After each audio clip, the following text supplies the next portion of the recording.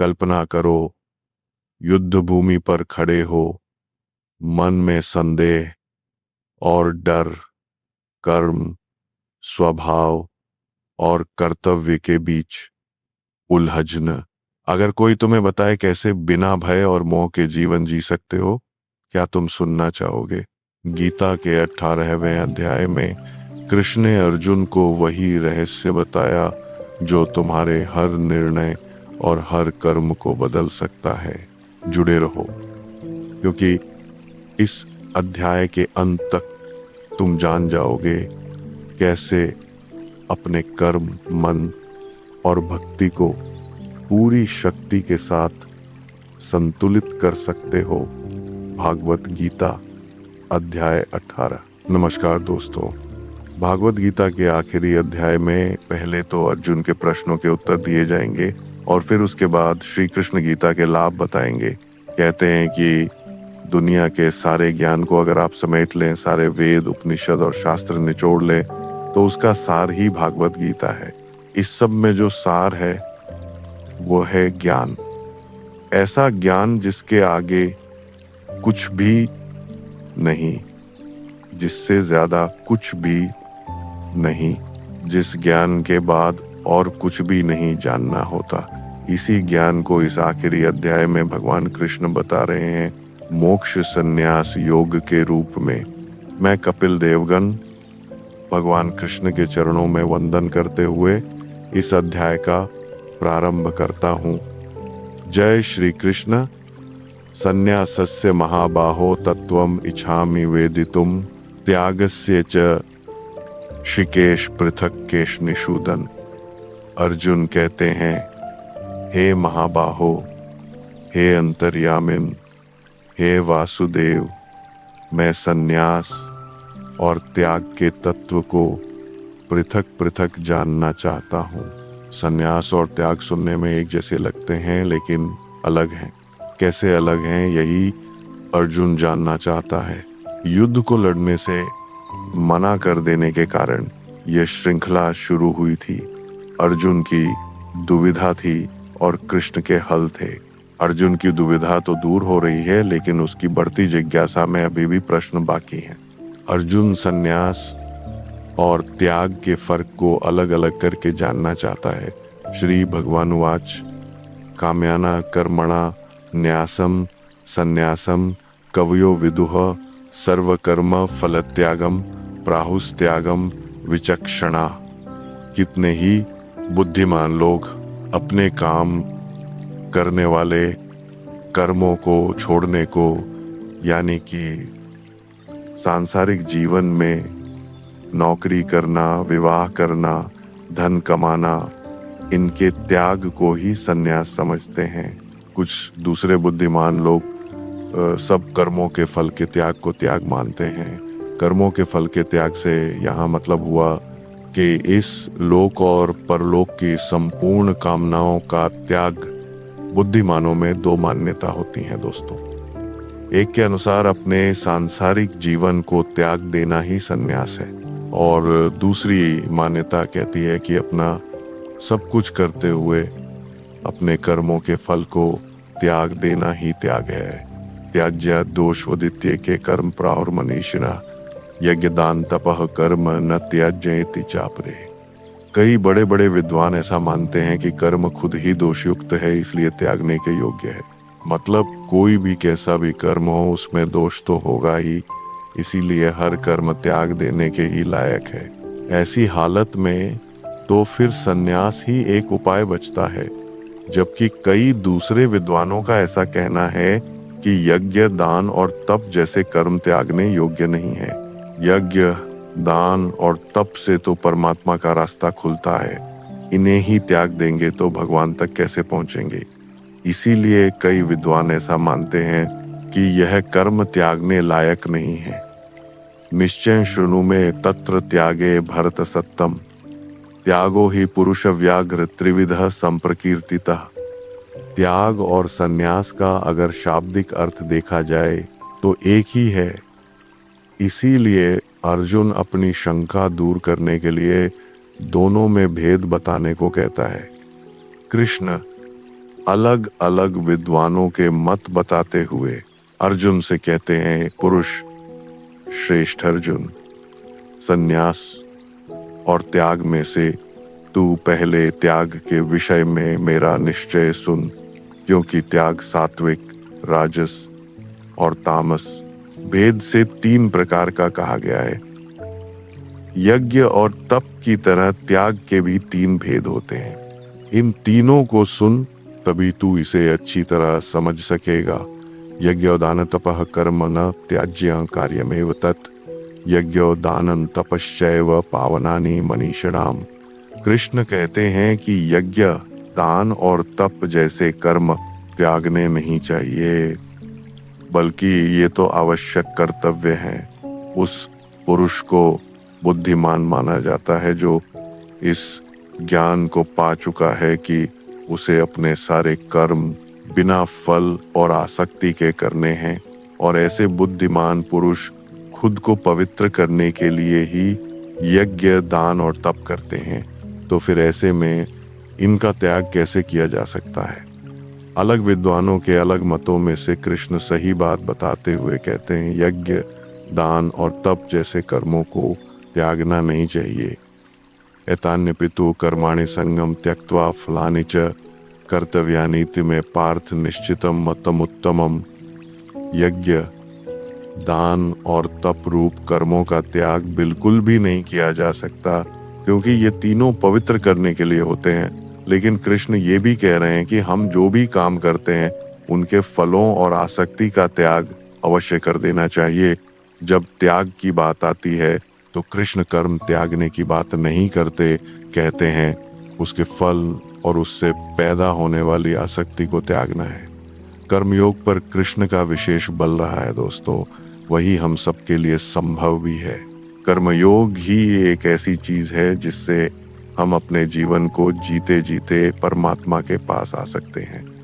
नियतस्य तु संन्यासः कर्मणो नोपद्यते, मोहतस्त्यक्त्वा कर्माणि तमसः परिकीर्तितः। कुछ विद्वानों का कहना था कि हर कर्म में कोई ना कोई बंधन होता है, इसलिए सारे कर्म त्याग दो। श्री कृष्ण ऐसा नहीं मानते। शास्त्र जिन कर्मों को ठीक ठहराते हैं जो निर्धारित हैं, जैसे कि यज्ञ, ऐसे नियत कर्मों का त्याग उचित नहीं। जो कर्म निषिद्ध हैं या काम्य कर्म हैं जो फल के लिए किए जाते हैं, उन्हें त्याग देना चाहिए। लेकिन नियत कर्म को कभी नहीं त्यागना चाहिए। जब किसी मोह के चलते हुए हम अपने नियत कर्मों का त्याग करते हैं तो ऐसे त्याग को तामस त्याग कहा जाता है। दुनिया की किसी आसक्ति में फंसकर अगर आप अपने कर्तव्य कर्म को छोड़ देते हैं तो वह तामस त्याग माना जाएगा। दुःखमित्येव यत्कर्म कष्टम भाव्यते भजेत, सकृत्वा राजसं त्यागम नैव त्याज्यम फलमल भेद। अपने कर्म करना, कर्तव्य निभाना आसान नहीं होता। इससे हमारे शरीर को कष्ट भी होता है। जब कर्म करेंगे तो कोई ना कोई परेशानी तो होगी ही।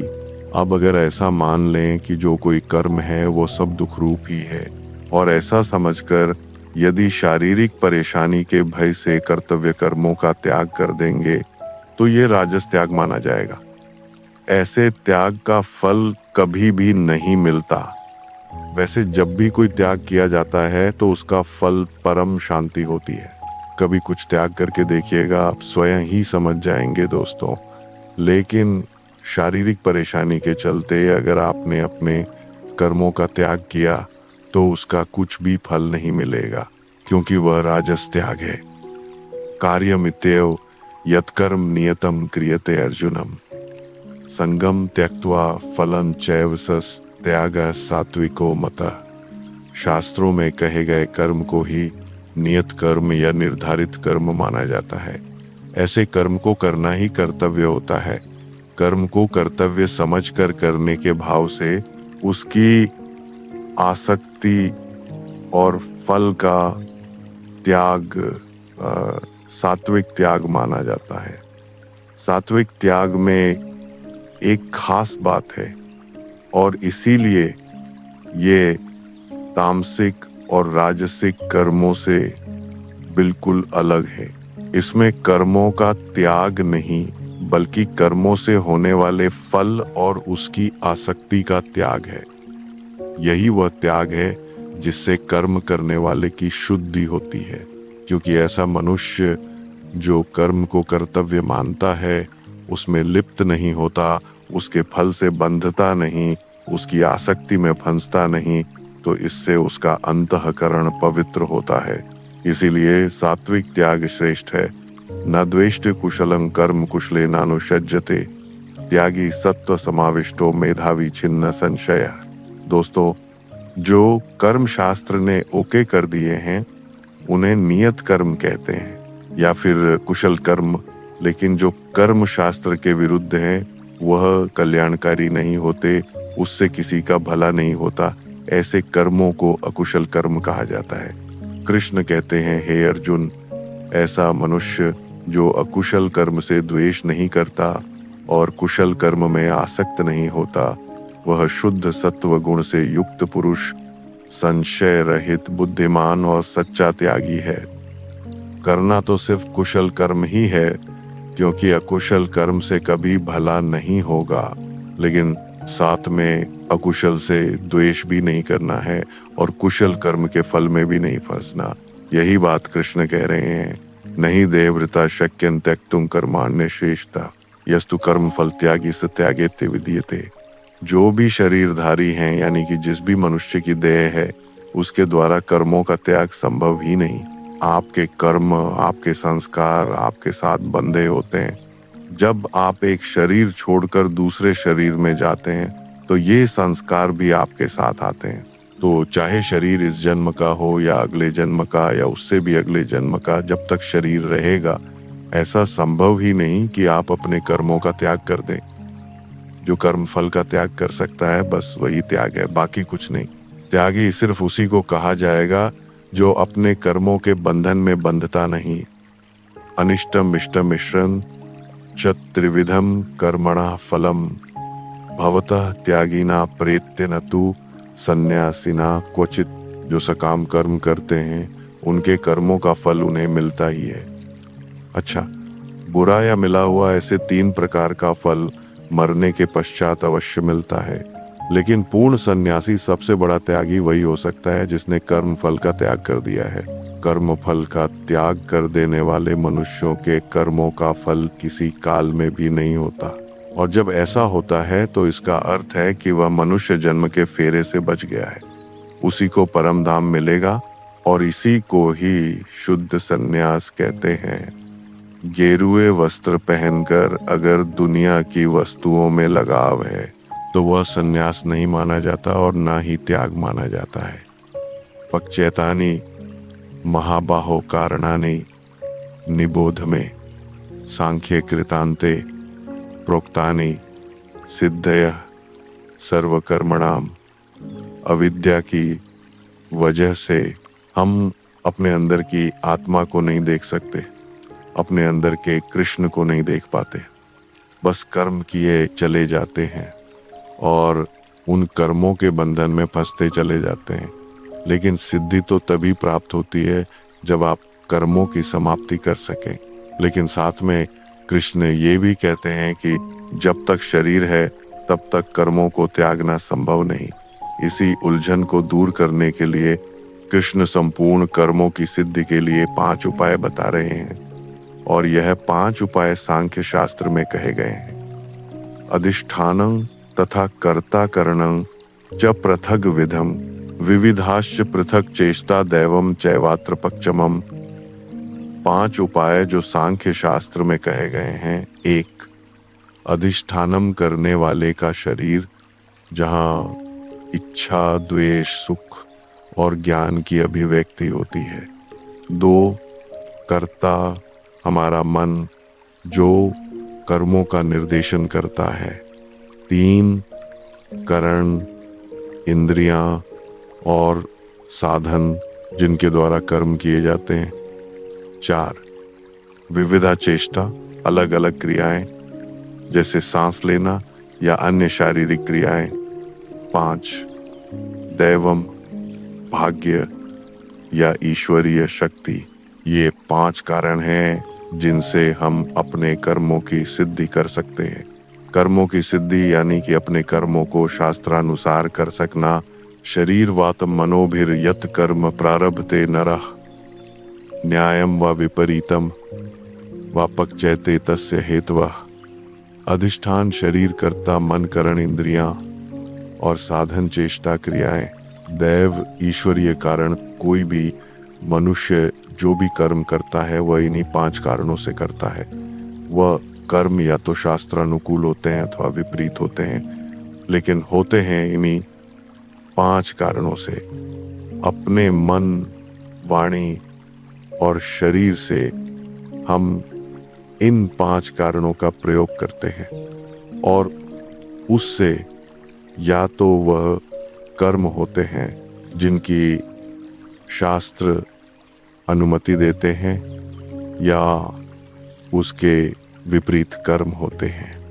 तत्रैवमस्ति कर्तारम आत्मानं केवलम तु यह पश्यत्य कृतबुद्धित्वान् न स पश्यति दुर्मतिः। सारे कर्म इन 5 कारणों की वजह से होते हैं, लेकिन वह पुरुष जिसमें बुद्धि कम है या ज्ञान ज्यादा है वह ऐसा मानते हैं कि कर्ता आत्मा है, तो वह गलत समझते हैं। आत्मा तो शुद्ध स्वरूप है, उसे आप कर्ता नहीं मान सकते। जो बार बार जन्म लेता है, अपने कर्मों में फंसा रहता है और हर बार इस दुनिया में आके और भी ज्यादा अज्ञानी हो जाता है, उसे दुर्बुद्धि कहते हैं। ऐसा मनुष्य सब कुछ देखता हुआ भी नहीं देखता, इसीलिए वह आत्मा को कर्ता समझता है।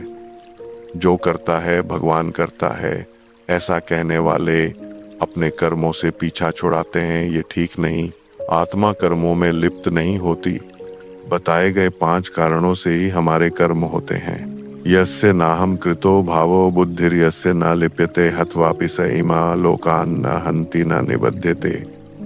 यह सोचना कि सब कुछ हम ही करते हैं यह गलत है। आप करता नहीं है।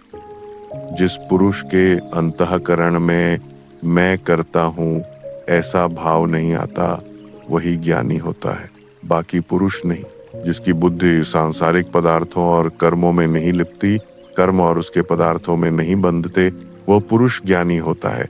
ऐसा ज्ञानी पुरुष वास्तव में न तो मरता है और न पाप से बंधता है, क्योंकि वह जीने मरने से मुक्त हो जाता है। कृष्ण ऐसा कई बार कह चुके हैं। उसी को दोहराते हुए वह समझा रहे हैं कि कर्म करना है लेकिन उसके फल में इच्छा नहीं रखनी। फल में आसक्ति ही वह बंधन है जिससे सबको छूटना है, और तभी कर्मों की सिद्धि संभव होगी। ज्ञानम ज्ञेयम परिज्ञाता त्रिविधा कर्म च उदना करणम कर्म कर्म कर्म कर्म करतेति त्रिविध कर्म संग्रह ज्ञाता जिसे ज्ञात होता है यानी जानने वाला, ज्ञेय जिसे जाना जाता है यानी जानने में आने वाली वस्तु।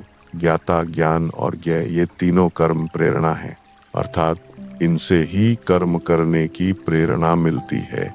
अब कृष्ण कर्म संग्रह के बारे में बता रहे हैं। कर्ता कर्म करने वाले का नाम, करण जिन साधनों से कर्म किया जाए, क्रिया कुछ भी करने की क्रिया, ये तीनों मिलकर कर्म संग्रह बनाते हैं। ज्ञाता ज्ञान और ज्ञेय की प्रेरणा से हम कर्म करते हैं। उसके बाद कर्ता करण और क्रिया से हमारे सारे कर्म इकट्ठे होते हैं। ज्ञानम कर्म च कर्ता च त्रिधैव गुण भेदतः प्रोच्यते गुण संख्याने यथा वक्षणो तानि अपि सर्वभूतेषु ये नैकम भावम अव्ययमीक्षते अविभक्तम विभक्तेषु तज ज्ञानम विद्धि सात्विकम। शास्त्रों में गुणों की संख्या के अनुसार ज्ञान कर्म और कर्ता इन तीनों के 3 प्रकार बताए गए हैं। सबसे पहले ज्ञान के प्रकार। सात्विक ज्ञान वह ज्ञान जिसके बाद कुछ भी नहीं है। दोस्तों, यह ज्ञान की सबसे परिपक्व, सबसे मैच्योर्ड अवस्था है। सात्विक ज्ञान से गुणों का अंत होता है। कौन से गुण? वह गुण जो हमारे कर्म के कर्ता होते हैं। यही वह ज्ञान है जिससे मनुष्य सब में, चाहे वह जीव हो या अजीव, हर किसी में एक अविनाशी परमात्मा को ही देखता है। पृथक्त्वेन तु यज्ञ ज्ञानम नाना भावान पृथक विधान वेति सर्वेषु भूतेषु तज ज्ञानम विद्धि राजसम। राजसिक ज्ञान वह ज्ञान जिससे मनुष्य बाकी सबको अलग अलग देखता है, यानी वो अपने को दूसरों से अलग समझता है क्योंकि उसका शरीर अलग है, तो उसकी आत्मा भी अलग है। जो ऐसा सोचता है वह ज्ञान राजसिक है। हम सब में उसी परमात्मा का अंश आत्मा के रूप में विद्यमान है, तो हम सब एक ही हुए। जब ऐसे ज्ञान से हम दूसरे के बारे में सोचते हैं तो उसे राजस ज्ञान कहा जाता है। यत्तु कृष्ण वदे कस्मिन कार्य सक्तम हेतुकम अतत्वार्थम वदल पक्षतातम समुदारितम। जो ज्ञान ये समझता है कि जो भी है उसका शरीर है और कुछ भी नहीं, वह सबसे बुरा ज्ञान है। जो ये समझता है कि ये आत्मा या शरीर बस इतना ही है और इससे परे कुछ भी नहीं, वह ज्ञान सबसे बुरा और तामसिक माना गया है। सात्विक ज्ञान में हर किसी में परमात्मा देखा जाता है। ऐसे ज्ञान से ही पता चलता है कि सब कुछ ब्रह्म है। चल अचल सब कुछ ब्रह्म से ही आया है, लेकिन जिसका ज्ञान उस मनुष्य को ब्रह्म का आभास नहीं कराता, वह ज्ञान किसी काम का नहीं, वह तामस है। ऐसा ज्ञान युक्ति रहित और तत्वार्थ से परे होता है, जिसमें ना युक्ति होती है और ना ही कोई तत्व। नियम संग रहितम अराग द्वेषत कृतम अफल प्रपसुना कर्म यत्तत् सात्विक मुच्यते। अब कृष्ण कर्म के अलग अलग प्रकार बता रहे हैं। कृष्ण कह रहे हैं, हे अर्जुन, जो कर्म शास्त्र विधि से नियत किया हुआ और कर्तापन के अभिमान से रहित हो तथा फल न चाहने वाले पुरुष द्वारा बिना राग द्वेष के किया गया हो, वह सात्विक कहा जाता है। कर्म शास्त्रों के अनुसार होना चाहिए और उसको करने वाले में यानी कि कर्ता में अभिमान नहीं होना चाहिए। कर्म को करने वाले आपके गुण होते हैं, आप नहीं, मैंने यह किया है। इस अभिमान से जो दूर होता है उसके द्वारा किया गया शास्त्रानुसार कर्म ही सात्विक कहलाता है। यत्तु कामे सुना कर्म सा अहंकारण व पुनः क्रियते बहुला यासम तद्राज समुदारितम। मान लीजिए कि कर्म शास्त्र के अनुसार है, नियत है और निर्धारित भी है, जैसा कि कृष्ण कहते हैं, लेकिन उसके करने वाले में अहंकार है और यह कर्म भोगों की चाह के लिए किया जा रहा है, तो ऐसा कर्म राजसिक माना जाता है। कर्म वही है जो सात्विक कर्म करने वाले ने किया, लेकिन इस कर्म को करने में अहंकार आ गया। करने के पीछे उद्देश्य भोगों की चाह और फल की इच्छा है, इसीलिए यह कर्म सात्विक नहीं माना जाएगा। चाहे इस कर्म में कितना ही परिश्रम क्यों न किया गया हो, लेकिन उसके बावजूद इसे राजसिक ही माना जाएगा। अनुबंधम क्षयम हिंसा मनविक्ष च पौरुषम मोहादारभ्यते कर्म यत्त ताम समुच्यते। बिना सोचे समझे जो कर्म किया जाता है उसका क्या, जिस कर्म को करते हुए उसके परिणाम के बारे में नहीं सोचा जाता, जिसमें ये नहीं सोचा जाता कि कितनी हिंसा होगी, और क्या उस कर्म को करने में कर्ता का सामर्थ्य भी है, ऐसे कर्म को तामसिक कहा जाता है। तामसिक कर्म अज्ञान से शुरू होता है। सोच और समझ का जिन कर्मों में अभाव होता है वह कर्म तामसिक माना जाता है। तमोगुण से जो कर्म होते हैं वे तामसिक कर्म होते हैं। इसीलिए दोस्तों, अगली बार जब आप कुछ भी करें तो पहले सोचिए कि आपका कर्म कौन सी श्रेणी में आता है। मुक्त संगो न हमवादी धृत्योत्सह समन्वितः सिद्ध सिद्ध्यो निर्विकारः कर्ता सात्विक उच्चते। कृष्ण कर्ता के रूपों को समझा रहे हैं। कर्ता यानी कि करने वाला, सबसे पहले सात्विक कर्ता जो कर्ता संग रहित है, अर्थात आसक्ति से रहित, जो कर्म करते हुए घमंड में बड़ी बड़ी बातें नहीं करता, वह कर्ता जिसमें धैर्य और उत्साह दोनों हैं, ऐसा कर्ता सात्विक माना जाता है। सात्विक कर्ता काम के पूरा होने पर ना तो खुश होता है और ना ही उदास। ऐसे कर्ता के गुण सात्विक होते हैं, क्योंकि योगी की परिभाषा भी यही है, ना खुश और ना ही दुखी।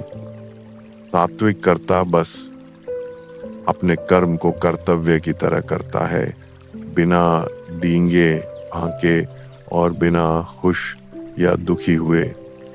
रागी कर्म फल प्रेप्सुर लुब्धो हिंसात्मको शुचि हर्ष शोकान्वित कर्ता राजस परिकीर्तित। जिस कर्ता में आसक्ति है यानी कि मोह, और वह कर्म करते हुए उसके फल को चाहता है, वो राजसिक कर्ता माना जाता है। राजसिक कर्ता की पहचान होती है उसका लोभ। वो सब कुछ लालच में आकर करता है। दूसरों को कष्ट देने में उसे परेशानी नहीं होती। जो ना अंदर से शुद्ध है ना ही बाहर से, जो बहुत ज्यादा खुश या दुखी रहता है, वो राजसिक कहलाता है। जब मोह में आकर किसी लालच यानी कि कर्म के फल के लिए कर्म किया जाता है, जहां दूसरों की परेशानी को ना सोचकर अपना काम निकाला जाता है, तो या तो खुशी होती है या दुख, और ऐसा करने वाले को ही राजसिक कर्ता कहा जाता है। अयुक्तः प्राकृतः स्तब्धः शठो नैष्कृतिको लसः विषादी दीर्घ सूत्री च कर्ता तामस उच्यते। अब कृष्ण समझा रहे हैं तामसिक कर्ता को। जैसा कि नाम से समझ आता है, तामसिक कर्ता यानी कि नाश करने वाला, जो मनुष्य काम के लिए अयुक्त है, मतलब कि ठीक नहीं, जिसमें शिक्षा की कमी है, जो घमंडी और धूर्त है, वही तामसिक कर्ता माना जाता है। तामसिक कर्ता दूसरों की जीविका का नाश करने वाला होता है। ऐसा कर्ता शोक करने वाला, आलसी और दीर्घसूत्री होता है। दीर्घसूत्री उसे कहते हैं जो आज की बात को कल पे टालता है और बस टालता ही जाता है। खुद को देखिए, अपने लोगों को देखिए और सोचिए आप कौन से कर्ता हैं। बुद्धेर भेदम धृतेश्चैव गुणतस्त्रिविधम शृणो प्रोच्यमानम शेषेण पृथकत्वेन धनंजय। ज्ञान, कर्म और कर्ता के भेद बताने के बाद अब कृष्ण बुद्धि और धृति के गुणों के अनुसार उनके 3 प्रकार के भेद बता रहे हैं। हमारे चित्त में बुद्धि भी होती है और धृति भी। बुद्धि तो आप जानते ही हैं, जिससे कि आप सोचते हैं और समझ को ग्रहण करते हैं। धृति यानी कि धारण करने की शक्ति, खुद को रोकने की शक्ति। बुद्धि और धृति में गहरा संबंध है। जब आप खुद को रोक सकेंगे, अपने पर नियंत्रण कर सकेंगे, तभी बुद्धि को कोई विचार अच्छा लगेगा। और जब विचार आ गया तो उसको अमल में लाने के लिए, इंद्रियों का विषय बनाने के लिए हमें खुद पर नियंत्रण करना पड़ता है। प्रवृत्तिं च निवृत्तिं च कार्य कार्य भया भये बंधम मोक्षं च या वेति बुद्धि सा पार्थ सात्विकी। इस श्लोक में कृष्ण सात्विक बुद्धि को समझा रहे हैं। जो बुद्धि प्रवृत्ति मार्ग और निवृत्ति मार्ग का भेद समझाती है, वह सात्विक है। प्रवृत्ति मार्ग गृहस्थ रहते हुए फल और आसक्ति को त्याग देना और बुद्धि का केवल लोक शिक्षा के लिए इस्तेमाल करना। निवृत्ति मार्ग देहाभिमान को त्याग कर संसार से विरक्त होना, बस परमात्मा को सोचते हुए विचरना। ज्यादातर ऋषि-मुनि निवृत्ति मार्ग को ही अपनाए हुए हैं। इसी तरह से जो बुद्धि कर्तव्य और अकर्तव्य को, भय और अभय को तथा बंधन और मोक्ष को असल में जानती है, उनके यथार्थ को जानती है, वह बुद्धि सात्विकी कहलाती है। यया धर्मम धर्मम च कार्यमेव च अयथावत प्रजान्ति बुद्धि सा पार्थ राजसी। जो बुद्धि धर्म और अधर्म भेद नहीं कर पाती, वह बुद्धि राजसी कहलाती है। शास्त्र जिसके लिए हाँ कहते हैं वह धर्म होता है, और जिसके लिए मना करते हैं वह अधर्म होता है। बुद्धि ही इन दोनों में फर्क बताती है। और जो बुद्धि फर्क नहीं बता पाती, संदेह में रहती है, वह राजसी होती है। इसी तरह से राजसिक बुद्धि कर्तव्य और अकर्तव्य का भी अंतर नहीं जानती। जो बुद्धि आपको ये बता ही नहीं पाती कि आपका कर्म सही है या गलत, जो जीवन का कल्याण कर दे वही धर्म है, कर्तव्य है, और जो जीवन को बंधन में डाल दे वह अधर्म है। बुद्धि ही इन दोनों में भेद करती है, और जो नहीं कर पाती वह बुद्धि राजसी है। अधर्मम धर्ममिति या मन्यते तमसावृता सर्वार्थान विपरीतांश च बुद्धि सा पार्थ तामसी। जो बुद्धि विपरीत करने की सलाह देती है, उल्टा करने को कहती है, वह तामसिक होती है। तमोगुण से घिरी हुई बुद्धि अधर्म को धर्म मानती है। सात्विक बुद्धि यथार्थ को बताती है, मतलब सच को। राजसिक बुद्धि संदेह में रहती है। लेकिन जो तामसिक होती है वह बुद्धि सिर्फ उल्टा बताती है। ऐसी बुद्धि को विपरीत ज्ञान की गठरी भी कहते हैं। जब उल्टी बुद्धि या उससे हासिल उल्टे ज्ञान पर चलेंगे तो स्वाभाविक है कि कभी सही जगह पर पहुंच ही नहीं पाएंगे। ऐसी बुद्धि का निष्कर्ष या अंजाम सिर्फ विपरीत ही होता है। धृत्याय या धारयते मनः प्राणेन्द्रिय क्रिया योगेना व्यभिचारिण्या धृति सा पार्थ सात्विकी। धृति वह होती है जिससे आप अपने निर्धारित लक्ष्य को अपनी आंखों से हटने नहीं देते। इसे ही धारणा शक्ति कहते हैं। श्री कृष्ण सात्विक धृति के बारे में बता रहे हैं, जो धारण शक्ति परमात्मा के सिवाय अन्य किसी भी सांसारिक यानी कि वर्ल्डली विषय को धारण नहीं करती, वह अव्यभिचारिणी धारणा मानी जाती है और इसीलिए सात्विक होती है। इसी सात्विक धृति से मनुष्य अपने ध्यान योग के द्वारा मन, प्राण और इंद्रियों की क्रियाओं को धारण करता है और अपने लक्ष्य पर पहुंचता है। यया तु धर्म कामार्थान दत्या धारयते अर्जुनम प्रसंगेन फलाकांक्षी धृति सा पार्थ राजसी। बहुत से मनुष्यों का लक्ष्य फल होता है, वह सिर्फ फल के लिए ही काम करते हैं। मनुष्य के 4 पुरुषार्थ होते हैं, धर्म, अर्थ, काम और मोक्ष। जब फल की इच्छा वाला मनुष्य जिस धारण शक्ति के द्वारा अत्यंत आसक्ति से धर्म, अर्थ और कामों को धारण करता है, वह धारण शक्ति राजसी होती है। दोस्तों, जरा ध्यान दीजिएगा, ये कृष्ण ने मोक्ष के बारे में नहीं कहा, क्योंकि जिसकी धारणा शक्ति राजसिक है वह इस दुनिया के बंधन को छोड़ना नहीं चाहता, बल्कि वह और बंधना चाहता है। राजसिक धृति वाले मनुष्य को लगता है कि इंद्रियों का सुख ही सबसे बड़ा सुख है। यया स्वप्नम भयम शोकम विषादम मदमेव चन विमुंचति दुर्मेधा धृति सा पार्थ तामसी। कितने ही लोग होते हैं जिन्हें हम बुरा मानते हैं दोस्तों, दुष्ट, विलन, अलग अलग नामों से बुलाते हैं उनको। उनके बारे में कृष्ण कहते हैं, हे पार्थ, दुष्ट बुद्धि वाला मनुष्य जिस धारण शक्ति के द्वारा निद्रा, भय, चिंता और दुख को तथा उन्मत्तता को भी नहीं छोड़ता, अर्थात धारण किए रहता है, वह धारण शक्ति तामसी है। अब समझिए दोस्तों कि क्यों कोई दुष्ट अपनी दुष्टता छोड़ता नहीं, क्योंकि उसकी धारणा शक्ति ही तामसिक है। नींद, शक, चिंता और पागलपन को जो धारण किए रहता है, जो इनके अधीन है, वो भला अपनी दुष्टता को कैसे छोड़ेगा। सुखम त्विदानिम त्रिविधम शृणु में भर्तर्षभ अभ्यासाद्र मते यत्र दुखा तम च निगच्छति यत्तदग्रे विस्मिवा परिणामे मृतोपमम तत्सुखम सात्विकम प्रोक्तम आत्म बुद्धि प्रसादजम। दोस्तों, इन 2 श्लोक में कृष्ण सुख को डिफाइन कर रहे हैं, उसके प्रकार बता रहे हैं। जब हम छोटे थे तो क्या पढ़ने में हमारा मन लगता था? नहीं। लेकिन बड़े होकर अब जब उसी पढ़ाई से हम अपना जीवन चलाते हैं, तब जाके उस पढ़ाई का मोल समझ में आता है। उसी तरह से सांसारिक विषय में फंसे हुए पुरुष को परमात्मा के भजन, उसका ध्यान, सेवा आदि का अभ्यास शुरू में अच्छा नहीं लगता, विष लगता है। पढ़ाई करते हुए बच्चे की तरह लेकिन बाद में यही भगवान का भजन, उसका ध्यान अमृत हो जाता है।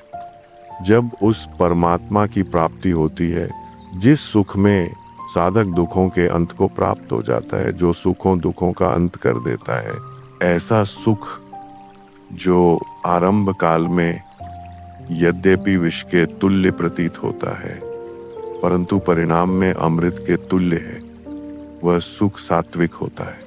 विषेन्द्रिय संयोगात् दत्तदग्रे मृतोपमं परिणामे विषमिवा तत्सुखम राजसम स्मृतम। जो सुख पहले विष लगे और बाद में अमृत, और जो दुखों का अंत करे वह सात्विक होता है। और जो सुख विषय और इंद्रियों के संयोग से हो, यानी कि हमारी दुनिया के सारे सुख, वह राजसिक होते हैं।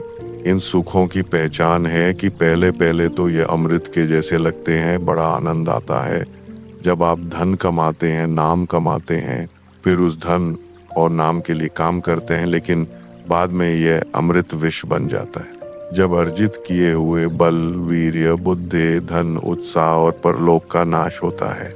विषय और इंद्रियों के संयोग से होने वाले सुख के परिणाम को विष के तुल्य कहा गया है, इसीलिए यह सुख राजस कहा गया है। यद्दग्रे चानुबंधे च सुखम मोहन मनः निद्रालस्य प्रमादोत्थम तत्ताम समुदाहृतम।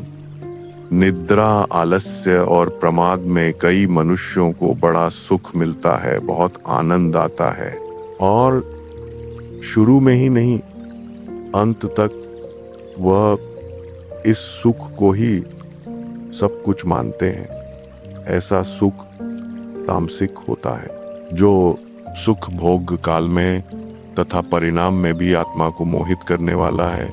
ऐसा निद्रा, आलस्य और प्रमाद से उत्पन्न सुख तामस कहा गया है। आलस तमोगुण का धर्म है। आलसी मनुष्य बस टालता है, कभी कुछ करता नहीं और इसी में उसे सुख मिलता है। ऐसे पुरुष इतने आलसी होते हैं कि सोचने की भी कोशिश नहीं करते, उसमें भी उन्हें आलस आता है और इसी में उन्हें सुख भी मिलता है। इस तरह का सुख है तो विष, लेकिन शुरू और अंत में अमृत लगता है और उसी को तामसिक कहते हैं। न तदस्ति पृथिव्यम वा ओम वा देवी देवेषु वा पुनः सत्वम प्रकृति जय मुक्तम यदे भिस्या त्रिभिर्गुण ही सतरज। और तम इन तीन गुणों में सब समाया है।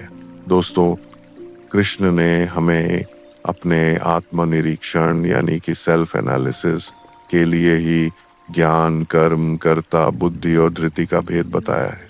अपने काम, अपनी समझ, अपने मन के बारे में सोचकर हम ये जान सकते हैं कि ये तीनों में से कौन सी श्रेणी में आते हैं। कृष्ण कहते हैं कि पृथ्वी में या आकाश में अथवा देवताओं में ऐसा कोई भी प्राणी नहीं जो प्रकृति से उत्पन्न इन तीन गुणों से रहित हो। सब कुछ इन तीन गुणों से ही परिभाषित होता है। अपने अस्तित्व को पहचानने के लिए कृष्ण ने ऐसा रामबाण तरीका बताया है जिसके बाद आप अपने हर अज्ञान को मिटा सकते हैं, अपने को पहचान कर बेहतर हो सकते हैं और निश्चय कर सकते हैं कि आपके लिए ये दुनिया अच्छी है या वह दुनिया। ब्राह्मण क्षत्रिय विषा शूद्रानम च परंतप कर्माणि प्रविभक्तानि स्वभाव प्रभवे गुण ही। दोस्तों, हमारे देश की सबसे बड़ी समस्या है जाति प्रथा, और वह इसलिए कि जो कृष्ण ने कहा वह हमने कभी समझा ही नहीं और बस अपनी बनाई हुई रूढ़ियों में फंस के रह गए। अब जरा ध्यान से सुनिए कि कृष्ण क्या कह रहे हैं। हे परंतप, ब्राह्मण, क्षत्रिय और वैश्यों के तथा शूद्रों के कर्म स्वभाव से उत्पन्न गुणों द्वारा विभक्त किए गए हैं। आपका जो स्वभाव है उससे आपका कर्म होगा। जैसा आपका कर्म होगा वैसी आपकी जाति होगी। जिस परिवार में आप पैदा हुए हैं उस परिवार का नाम आपकी जाति डिसाइड नहीं करता। आपके गुण यह फैसला करते हैं कि आप क्या हैं। इसीलिए गुण के आधार पर कर्म के 4 विभाग बांटे गए हैं। शमो दमस्तपः शौचं शांतिरार्जव मेव च ज्ञानम विज्ञानम आस्तिक्यम ब्रह्म कर्म स्वभावजम। कौन से ऐसे गुण हैं जो आपको ब्राह्मण मानते हैं? जरा ध्यान दे के सुनिएगा। अंतःकरण का निग्रह करना, यानी कि मन को सब ओर से हटाकर एक जगह केंद्रित करना, इंद्रियों को नियंत्रण में रखना, अपने धर्म के लिए कष्ट सहना, बाहर भीतर से शुद्ध रहना, दूसरों के अपराधों को क्षमा करना ब्राह्मण के गुण हैं। ब्राह्मण के हर काम में सरलता और सादगी होती है। मन, इंद्रिय और शरीर को सरल रखना, वेद, शास्त्र, ईश्वर और परलोक आदि में श्रद्धा रखना, वेद शास्त्रों का अध्ययन, अध्यापन करना और परमात्मा के तत्व का अनुभव करना, ये सब के सब ही ब्राह्मण के स्वाभाविक कर्म हैं। शौर्य, तेजो धृतिर्दाक्षम, युद्धे चाप्य पलायनम, दानमीश्वर, भावश्य क्षात्रम, कर्म स्वभावजम। अब जानिए कि क्षत्रिय के क्या गुण होते हैं। सबसे पहला गुण है शूरवीरता।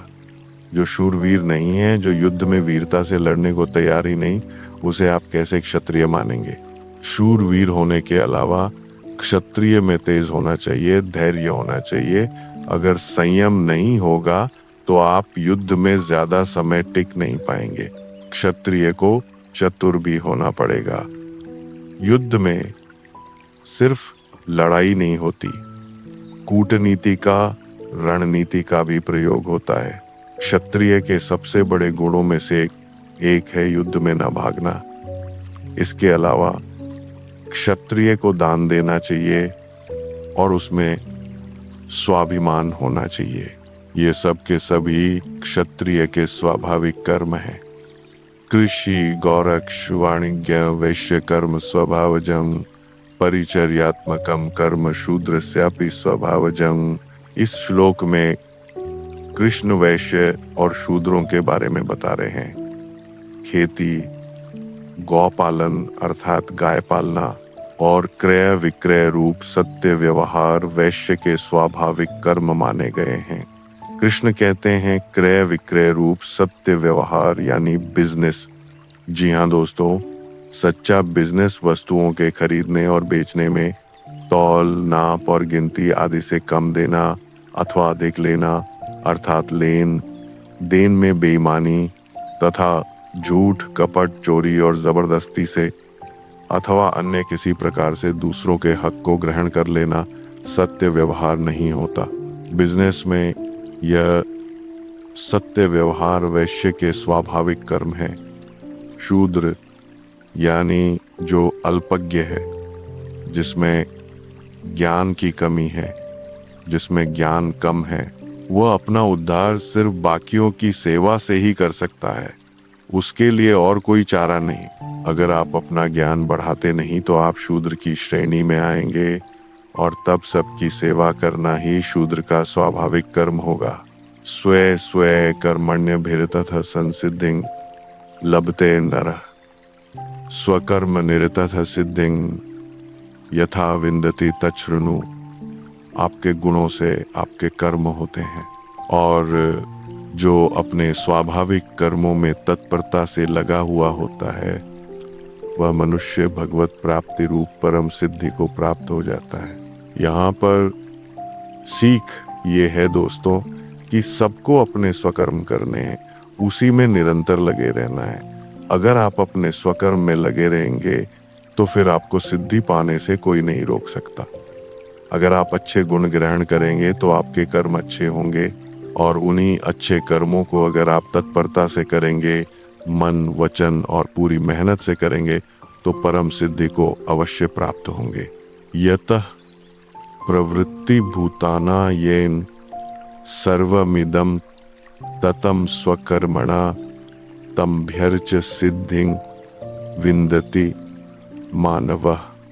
कृष्ण यह बता चुके हैं कि आपके गुणों के आधार पर आपके स्वाभाविक कर्म होते हैं और अगर अपने इन कर्मों का आप पालन करते हैं तो सिद्धि को प्राप्त होते हैं। दोस्तों, जैसे बर्फ एक रूप है लेकिन असल में तो पानी है, उसी तरह से ये पूरी दुनिया भी अलग अलग रूप में है लेकिन असल में तो ब्रह्म है।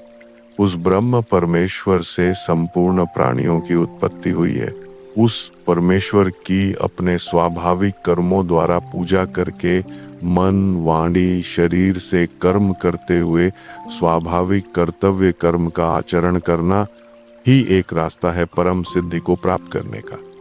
श्रेयान स्वधर्मो विगुणः पर धर्मात् स्वनुष्ठितात् स्वभाव नियतम कर्म कुर्वन्नापनोति किल्बिषम। कौवा अगर हंस की नकल करेगा तो कुछ भी हासिल नहीं होगा दोस्तों। अगर दूसरों को देख आप उसके जैसा करने की कोशिश करेंगे तो आप कोशिश करेंगे कुर्वाणो मध्यपाश्रय मत प्रसादाद वापनोति शाश्वतम पदम अव्ययम।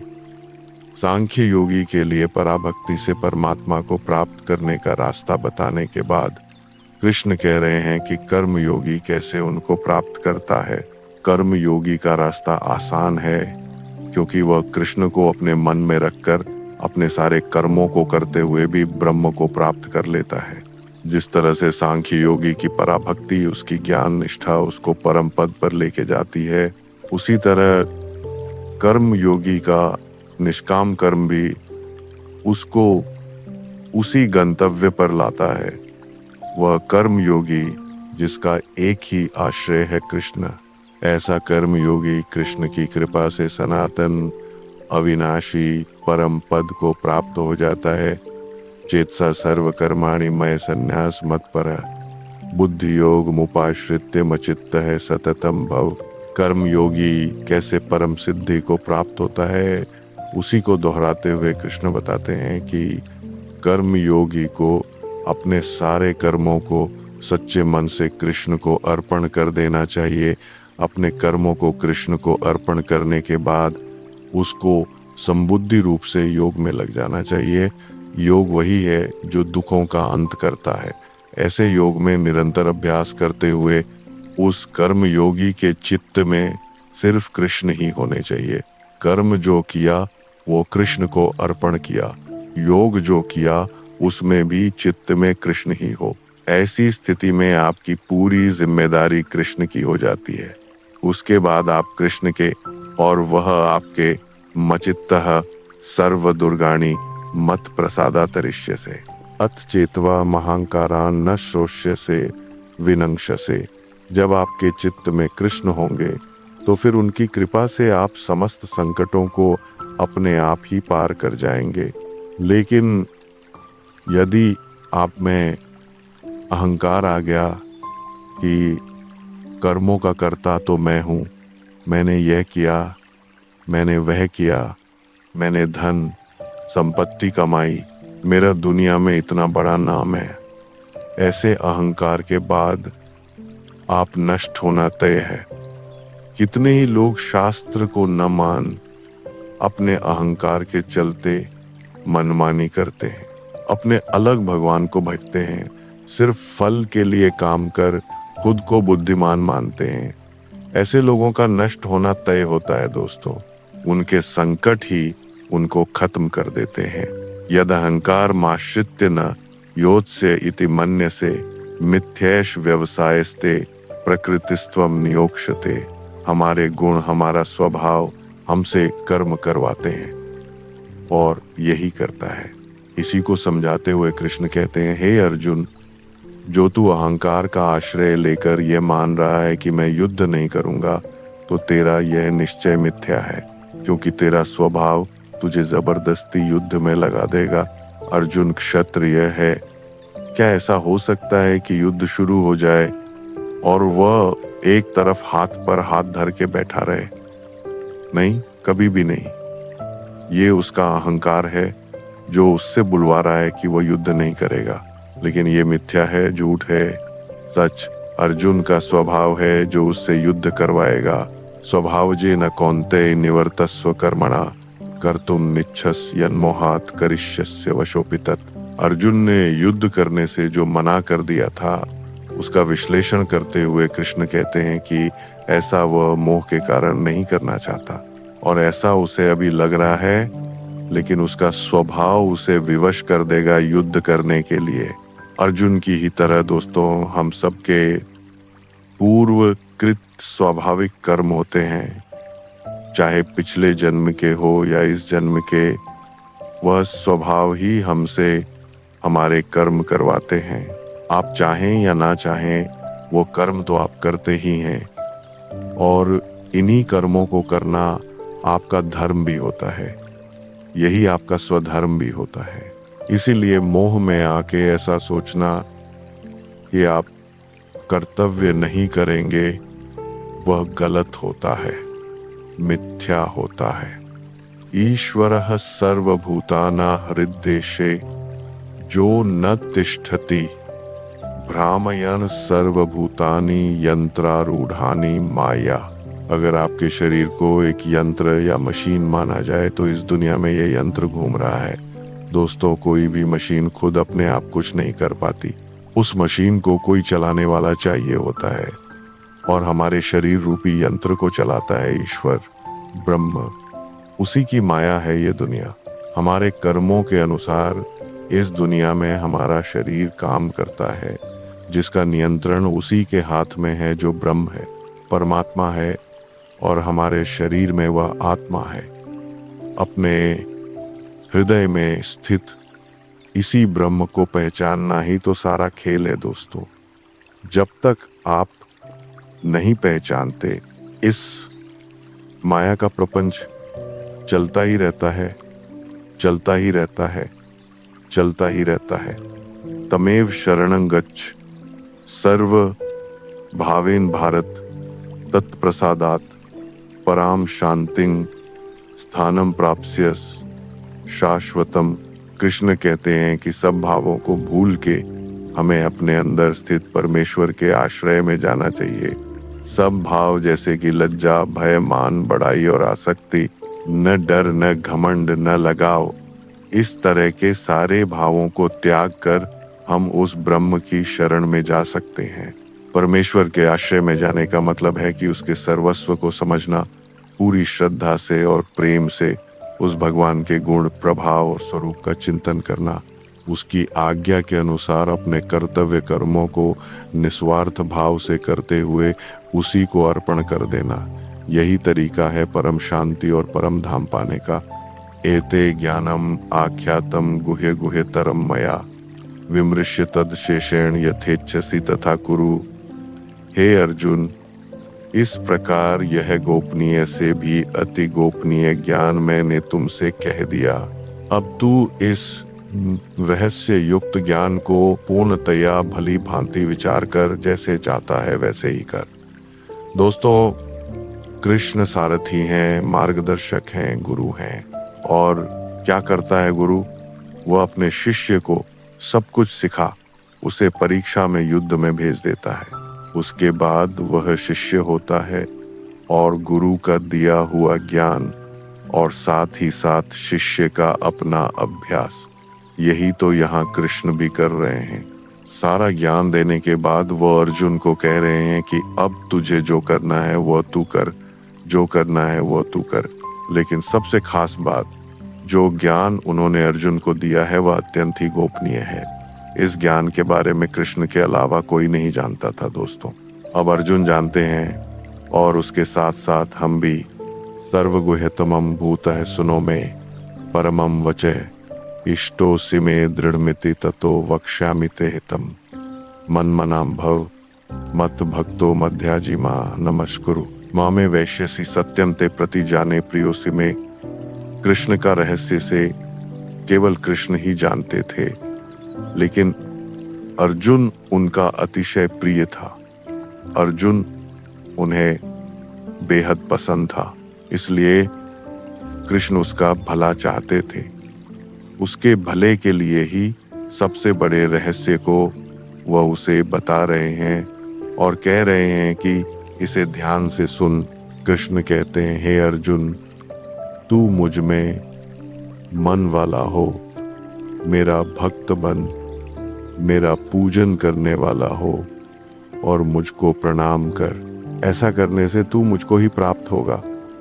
ये मैं तुझसे सत्य प्रतिज्ञा करता हूँ, क्योंकि तू मेरा अत्यंत प्रिय है। दोस्तों, अर्जुन कृष्ण का अत्यंत प्रिय था, ये तो महाभारत की बात थी। लेकिन आज वह हर मनुष्य जो कृष्ण में, उनकी गीता में विश्वास रख, उनके कहे अनुसार उनकी बातों पर चलने को तैयार है, वह भी कृष्ण को अत्यंत प्रिय है। इसीलिए वह कह रहे हैं कि अपने मन को उनमें लगाना है, उनका भक्त बनना है, उन्हीं की पूजा करनी है और उन्हीं को प्रणाम करते हुए उनके कहे हुए कर्मों को करना है।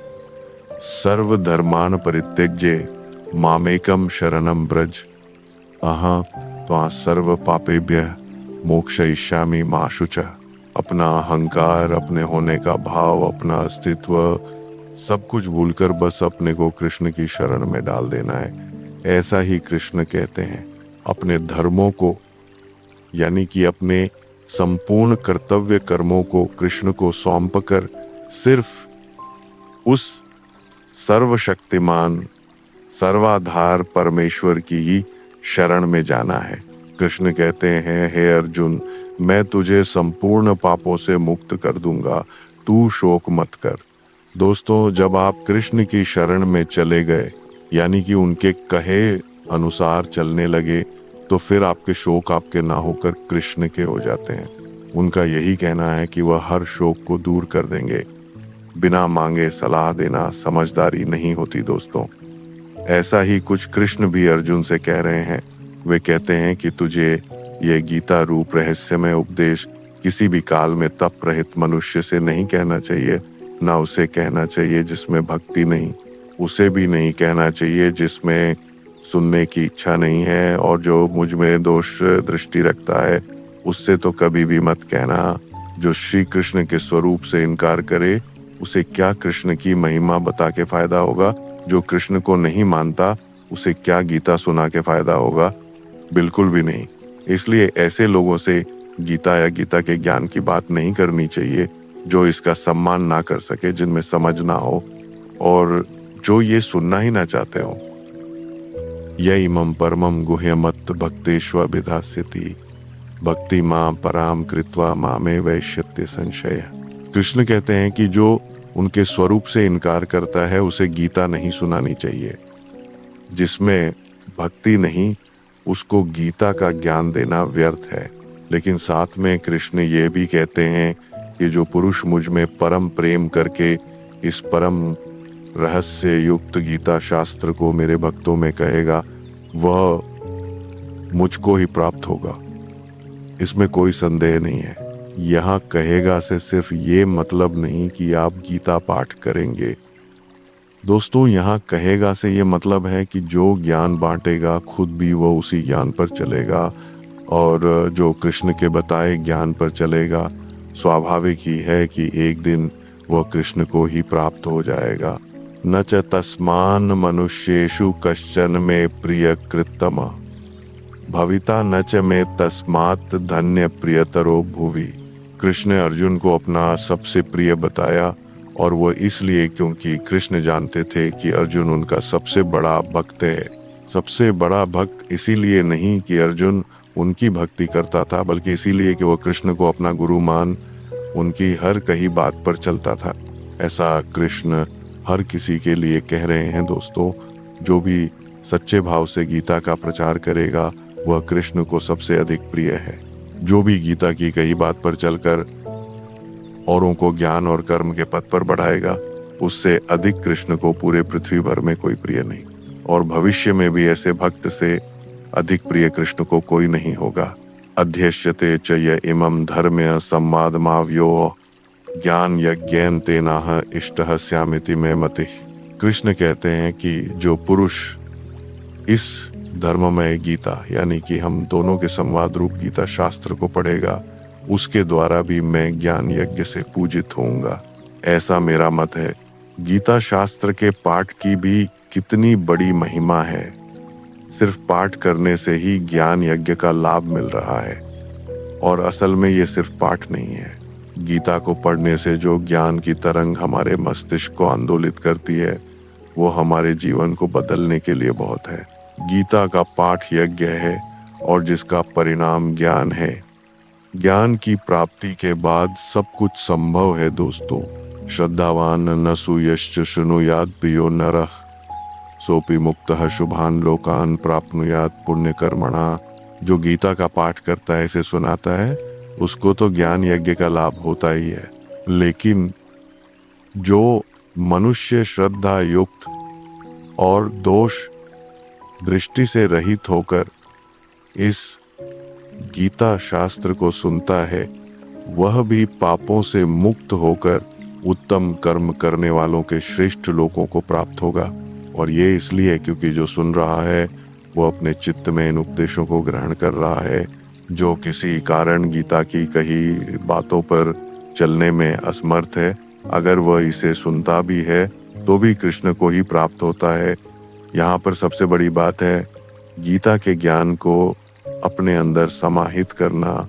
वह कर्म कर, वो कर्म करके हो, संन्यास से हो या हरि गीता सुनकर हो, हर हालात में कृष्ण आपके साथ ही हैं। कच्चिदेतत् श्रुतं पार्थ त्वयैकाग्रेण चेतसा कच्चिद ज्ञान सम्मोह प्रणष्ट ते धनंजय।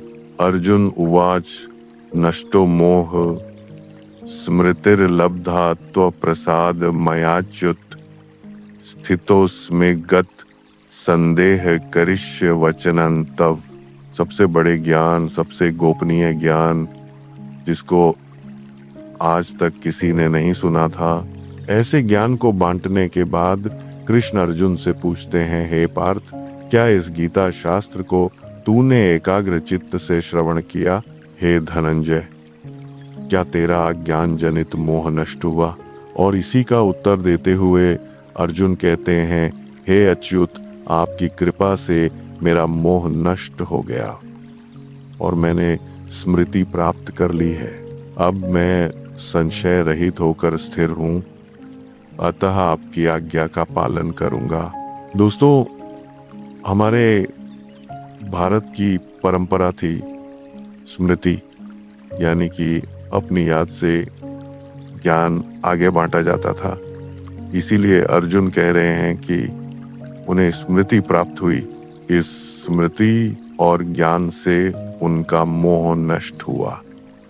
इसी मोह के चलते अर्जुन ने अपने शस्त्र रख दिए थे और युद्ध करने से मना कर दिया था। लेकिन अब ज्ञान की प्राप्ति के बाद वह युद्ध करने को तैयार हैं। दर्पण पर से धूल हट गई है। अब यथार्थ सच्चाई स्पष्ट है और अर्जुन युद्ध के लिए तैयार हैं। संजय उवाच इत्यह वासुदेवस्य पार्थस्य च महात्मनः संवादम इमं श्रोषम अद्भुतम रोमहर्षणम व्यास प्रसादात् श्रुतवाने तद् गुह्यम परम योगम योगेश्वरः कृष्ण साक्षात् कथयतः स्वयं। संजय अपनी दिव्य दृष्टि से यह आंखों देखा हाल धृतराष्ट्र को सुना रहे थे। संजय कहते हैं, इस प्रकार मैंने श्री वासुदेव और महात्मा अर्जुन के इस अद्भुत रहस्य युक्त रोमांचकारक संवाद को सुना। श्री व्यास जी की कृपा से दिव्य दृष्टि पाकर मैंने इस परम गोपनीय योग को अर्जुन के प्रति कहते हुए स्वयं योगेश्वर भगवान श्री कृष्ण से प्रत्यक्ष सुना, जो परम गोपनीय था। अब वह संजय की वजह से हम सब जान पाए। दोस्तों, सोचिए, अगर संजय ये सब देख और सुन नहीं पाते तो क्या कभी गीता का ज्ञान हमें मिलता? संजय कृष्ण को योगेश्वर कह रहे हैं, वह भी उनका असली स्वरूप जान चुके हैं। योगेश्वर यानी कि जो स्वयं योगी हो और दूसरों को भी योग प्रदान करने की शक्ति रखता हो।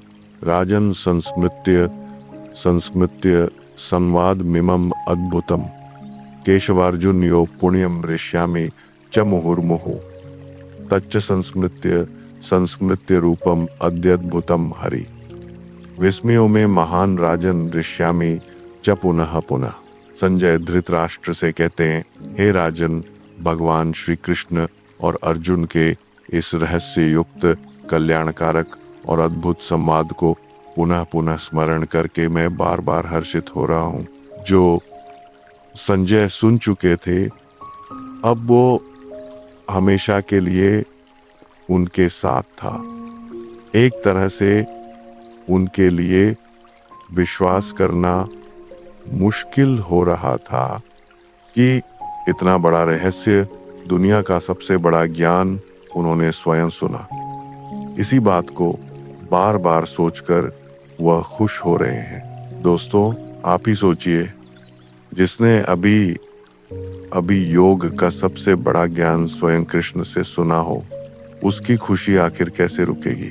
संजय के चित्त में महान आश्चर्य है। यही वजह है उनके बार बार हर्षित होने की। एक बार आप भी गीता के ज्ञान को अर्जित करने की कोशिश कीजिए। मुझे पूर्ण विश्वास है कि आप भी हर्ष से भर जाएंगे।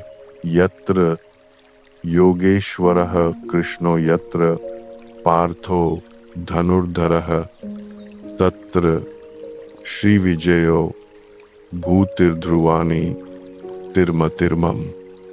गीता के इस कृष्ण अर्जुन संवाद को खत्म करते हुए संजय कहते हैं, हे राजन, जहां योगेश्वर भगवान श्री कृष्ण हैं और जहां गांडीवधारी अर्जुन हैं, वहीं पर श्री विजय, विभूति और अचल नीति है, ऐसा मेरा मत है। संजय कह रहे हैं कि जहां भी कृष्ण होंगे और उनके साथ अर्जुन होंगे, वहां पर सम्मान, नीति और जीत का होना निश्चित है।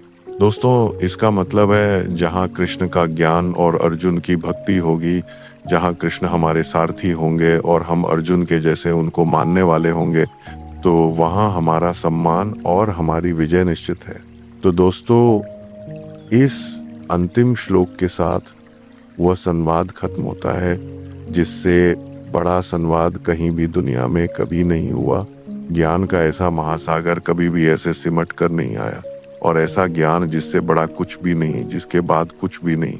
और ये ज्ञान है कि ध्यान हमारा धनुष है, इंद्रियों की दृढ़ता गांडीव है, और ध्यान करने वाला अर्जुन है, यानी कि हम सब अर्जुन हैं।